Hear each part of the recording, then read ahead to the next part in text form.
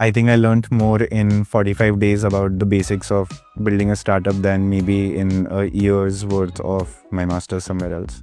When I came to ISS, within I think the first 2 weeks, I had a fair bit of idea that the business I'm planning to work on is not, very scalable, very repeatable.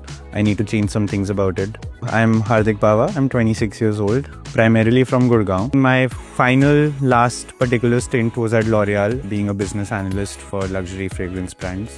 And during ISS, I realized that I'm not a good founder market fit. I'm working on the frameworks that Indian Startup School has taught us.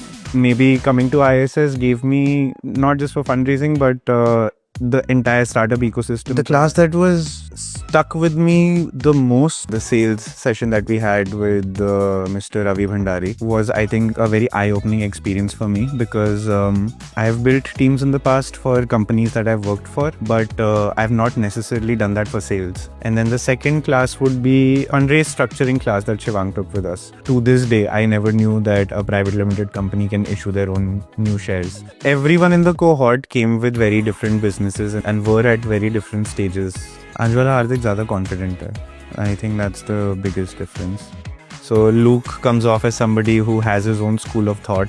He took a class called Psychology of Branding, which was very different from any other business class I've taken across my entire education. If you are somebody who's not clear about what roadmap you are following, then you should join Indian Startup School.